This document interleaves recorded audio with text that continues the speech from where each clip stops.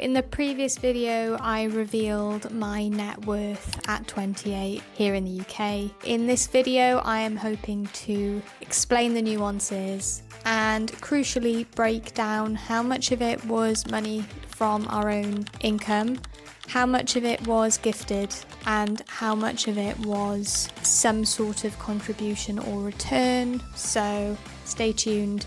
I will be running through each of these asset categories in order before the end of the video. So let's start with firstly addressing one of the things that I probably downplayed and skipped over in that previous video, which I certainly should have included, because we did not just start accruing wealth after graduating university.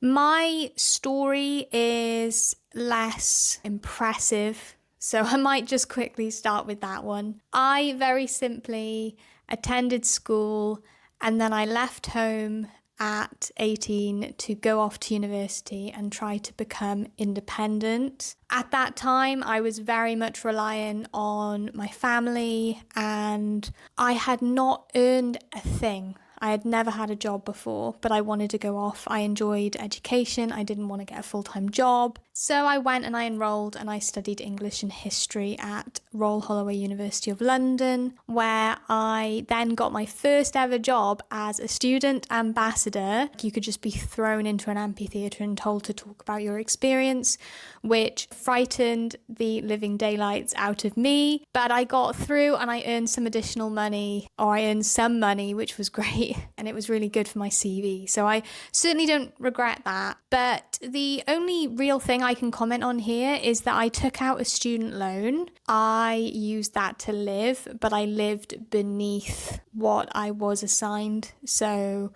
I was entitled to borrow X amount of money. I lived on less than that. And that combined with the fact that I earned, and it was only a very ad hoc part-time job, by the way, but I saved up, and that is how essentially I got going towards my Help to Buy ISA in those early days before graduating.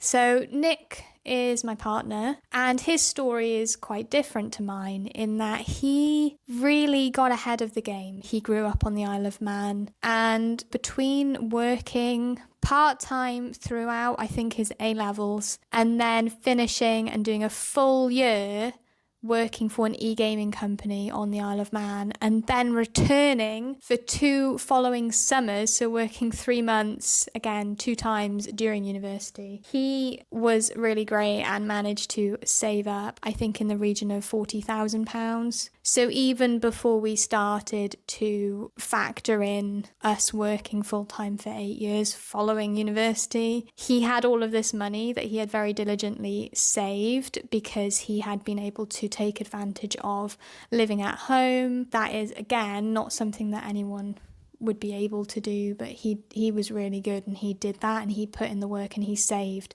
as much as his circumstance enabled him to save. Now that kind of leads me into another line of thought, which is, why have I not included my student debt as a liability and kind of taken that off my net worth? So my net worth, as I calculate it, is £162,000. If I took off my student loan, which I actually logged in the other day after all of these questions were popping up, and I actually was kind of curious, what is the balance at today? So the balance is just over £40,000, meaning that if I deducted that from my net worth, it would reduce it down to 122,000. But I feel quite strongly that I am not going to deduct that, and the reason is that I view it as a tax predominantly. The plan that I'm on, which is plan 2, is only repayable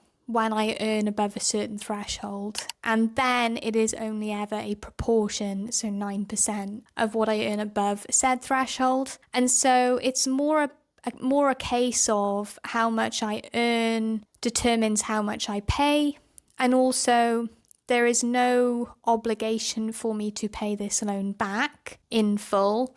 It gets wiped off, I believe, after 30 years of me graduating or thereabouts. And so, I mean, my philosophy is always to try and not necessarily chase extremely high income, but rather just to get value from my money and to enjoy my life. So I suppose if you do have a student loan to pay, you might end up paying more if you do what I do and you are a high earner. But one, I would see that honestly as a good problem to have if I'm earning enough that I'm actually paying over and above on the student loan.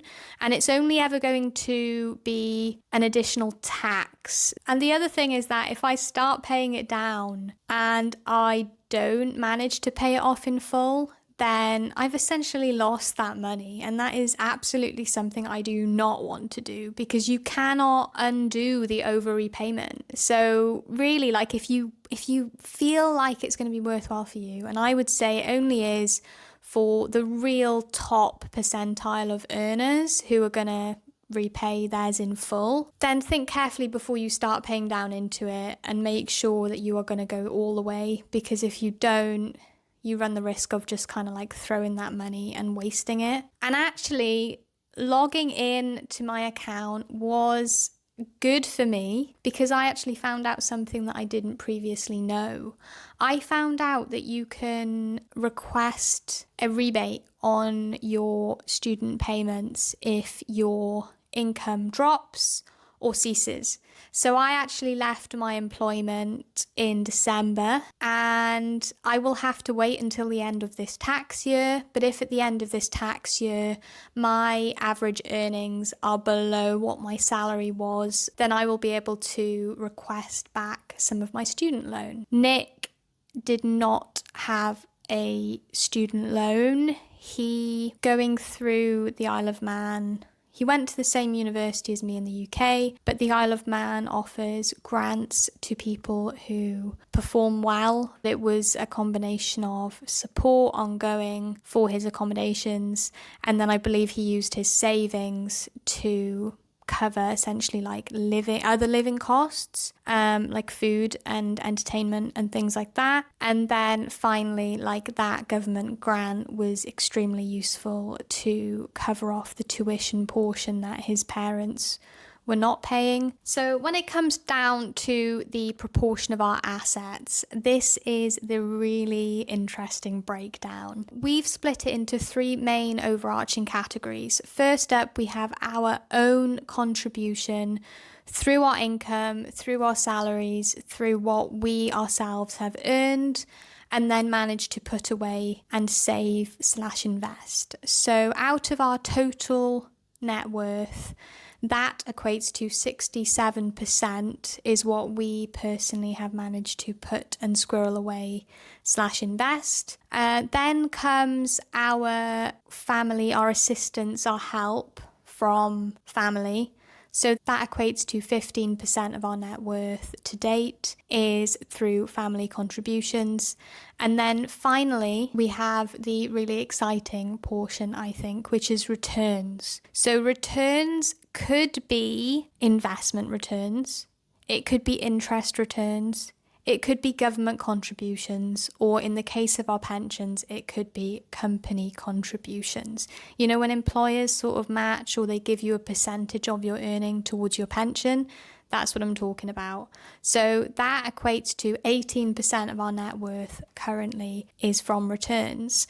And I'm not here to say that we're perfect. We certainly aren't. If we'd been investing at a much younger age, we could have, in theory, by now had much more in returns. But it really doesn't matter what age you are. It's just a case of like more knowledge is always going to be good, and it's going to help you better utilize your funds and make the most from your hard-earned money. And even it can also equip you to make the best use of money that you are gifted. So I'm going to talk about our salaries a little bit more. I've already mentioned the pre-university job history. We then graduate. My career has been more of an incremental kind of growth in terms of salary. So I've worked in only one industry, market research, and I started on 18,000 a year. Granted, that was only for I think 6 months, and then it went up to 19. And then after that first year was up, I got a promotion and an increase, but I actually moved jobs. That is kind of the route I took. I just had small incremental increases, and I landed on 40 grand a year. And then my partner, he initially started doing a job which he didn't very much like, but we did find that STEM graduates commanded more income-wise. So he was on better money, but it took him a little while, and he took on a full-time role, finished with that full-time role, worked part-time for a while at a local gym, and then actually focused really heavily on applying for graduate schemes, and landed a really good one as a pensions actuary to train to become qualified. And so really from that point, you can see on screen where he got that job, that real good career graduate scheme job. He was earning good money, and with both of us earning a dual income household, reflecting on it more, I can appreciate how much that benefited us. With us both earning good money, on average about 30 grand each per year, and it enabled us to have more breathing space. Not only that, but we pooled our resources. So the next table I want to talk you through is just essentially what I promised at the outset, really. So let's start off with investments. Of the £75,000 that we now hold, we invested £50,000 and it returned us £15,000. We have not been investing for masses of time. I think we've just come up to just over the 4-year mark of investing. So we're really excited to continue that journey and really pleased with the returns that it has afforded us up to now. By the way, that is our stocks and shares ISAs only, so excluding the other investments I'm going to talk you through now. The next thing that I have to talk about is home equity. Obviously, that is a big chunk of our net worth, and of that money, £67,000 came from our own income and savings. £50,000 actually was gifted to us from family, and we didn't know that that was coming to us. So essentially in 2020 we decided we wanted to buy our first home. We picked out a flat, we made sure that we had enough money for the deposit, and then we were told that we were going to be getting £50,000 towards it. So we used that in the deposit, which is what it was gifted to us for. And if you want to know how much we have benefited from this, well, we put 50 grand into our mortgage 4 years ago, and we were saving off of that the 2% interest rate that our mortgage is set at. And so essentially it's around about just over 4,000 that putting that money in there has saved us off interest repayments on our mortgage. So little over £54,000 of our net worth is due directly to that family assistance. And then when it comes to the return on the equity side of things, I don't think that currently our property has appreciated at all. So a little bit disappointing, and certainly we potentially could have bought a little bit more savvily to get that return. But what we did get is a government contribution towards our Help to Buy ISAs. So that was like 5 grand that we got then added to our deposit by using that government scheme. Next, I'm going to talk about my lifetime ISA, and when it comes to this one, it was £5,000 of my own contribution from my earnings, and then or saved up money that I invested into a lifetime ISA, and then £2,800 that I got from return, which was a combination of government contribution, which tops up, that's obviously the point of a LISA, and then also returns, because initially I got maybe not so good of a return. It was a cash lifetime ISA. I have more recently moved it into a stocks and shares lifetime ISA, and so it's doing a little bit better now, and it is invested in a globally diversified fund, which is really the place I want it to be. Next up, we have our emergency fund money, which was